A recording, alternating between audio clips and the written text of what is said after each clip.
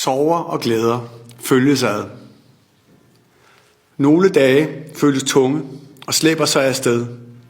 Andre er legende lette og forbi nærmest før de begyndte. Tilværelsens toneart og tempo bølger op og ned. Livets vekslen er livets lod. Det oplever vi alle over tid. Også i år. Tag nu bare det at være forældre. Dronning Mary og jeg nyder at se vores børn vokse, finde deres ben og tage et tilløb til at flyve fra reden. Samtidig er tanken om at give slip vemodig. I år fyldte prinsesse Isabella 18 år. Tænk engang. Dagene med små børn kan af og til virke lange. Men pludselig er de over, og børnene er store, før vi ved det. På vej ud i verden. En verden af muligheder, men også udfordringer. Nogle større, end vi bryder os om. Antallet af krige er højt. En af dem foregår tæt på os. Bare et par tusinde kilometer fra Danmark kæmper ukrainerne for deres frihed.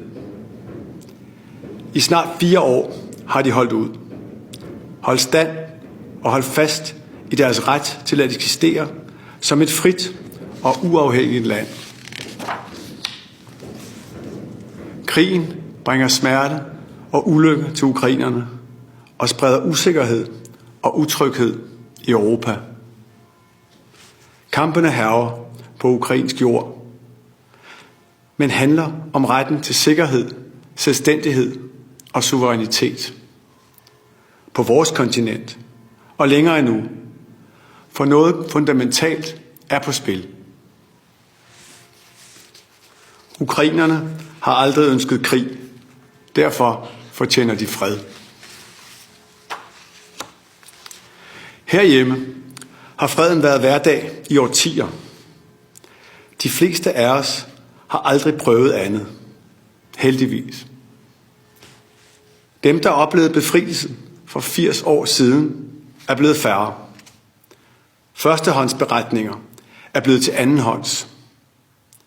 Vi har følt os trygge så længe, at vi nær har glemt, at det kan være anderledes.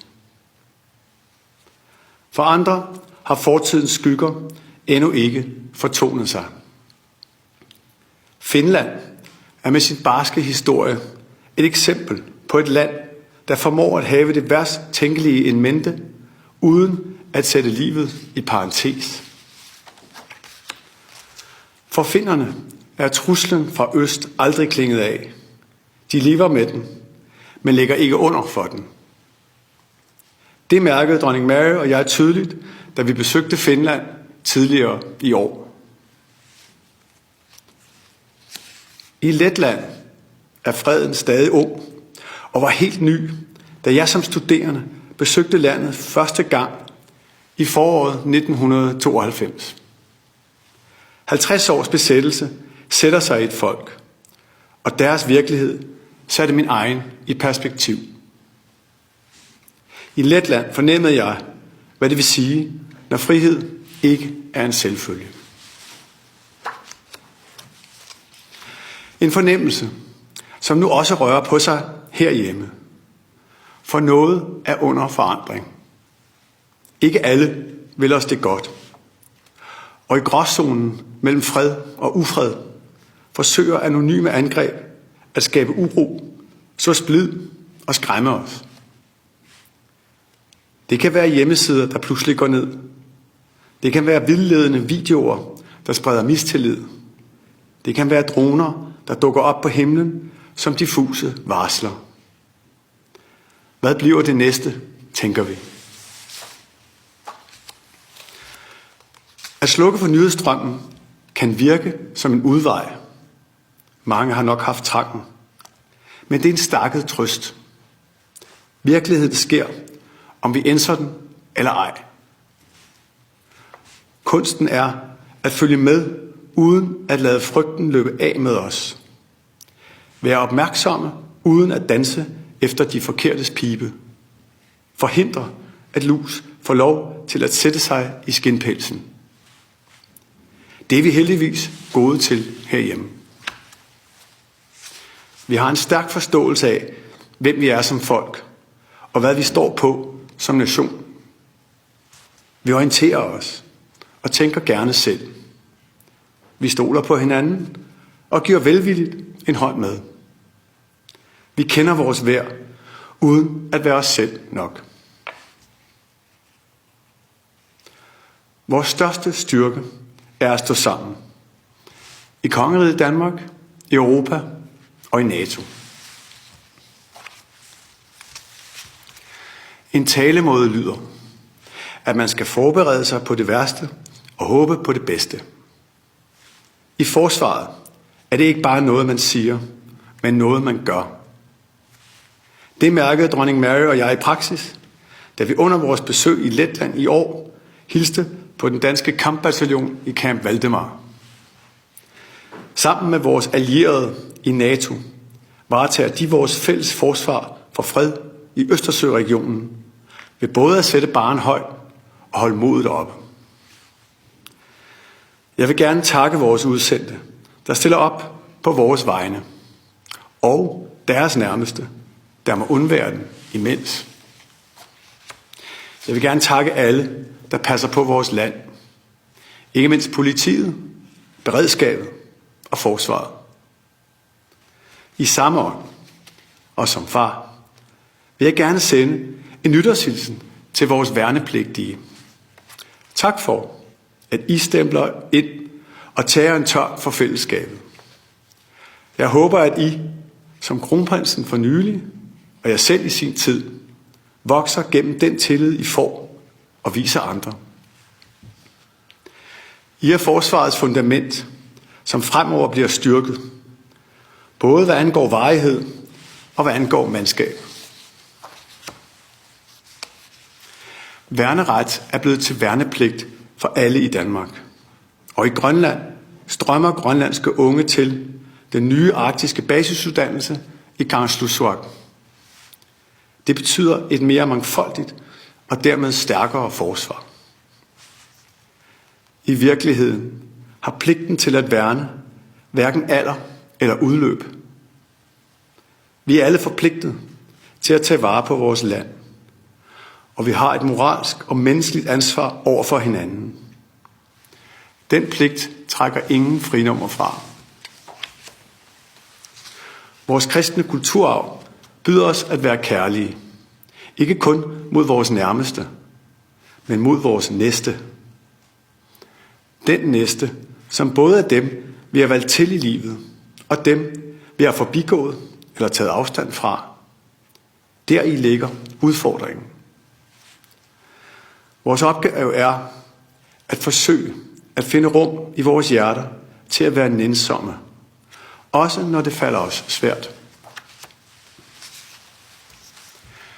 I foråret havde jeg den store glæde at være tilbage i Grønland, og endnu en gang blev jeg mødt af overvældende varme og venlighed. Det var og er en turbulent tid.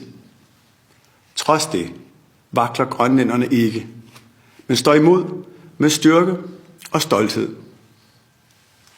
De skaber samhørighed indad til og respekt udad til, og cementerer fortællingen om det stærke folk i Arktis. I forsommeren blev det endelig tid til at besøge Færøerne.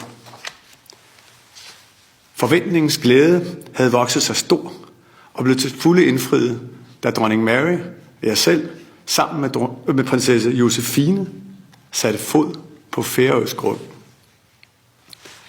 Fra luften, fra jorden og fra havet strakte den nærmest overjordiske skønhed sig, så langt øjet rakte, og tågen tillod.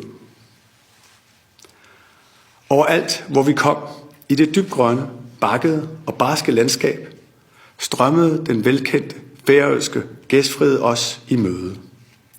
Også på dansegulvet. For når færinger danser kædedans, er der altid plads til en mere. Fællesskaber kommer i mange varianter, og den traditionelle dans har den fordel, at den blot tager ny form, når flere støder til. Det kan synes som en lille gestus, men for ham eller hende, der står udenfor, kan det betyde alverden, at kredsen ikke tøver med at åbne sig. Det gælder i dansen og i det meste andet her i livet. Jeg vil gerne takke Færøerne og Grønland for endnu en gang at tage så hjerteligt imod min familie og mig. På Dronning Marys og mine vegne vil jeg i det hele taget gerne sende en varm tak til de mange, der har gjort sig umage for vores skyld i årets løb. Vi ved, at der ligger meget forberedelse forud for vores besøg. Uanset om der skal lægges løberuter rundt i byen, eller gøres plads til Dannebrog i havnen. Hvor end vi er kommet frem, har vi nyt den blomstrende lokalkolorit. Hver by sit særkende, hver egen sin charme, hver kant sin kunde. Mange steder støder vi på stolte gamle håndværkstraditioner, overleveret og finpudset gennem generationer. Glaspusteri i Sæby, fritidsfiskeri i Vorupør, tangtagdækning på Læsø.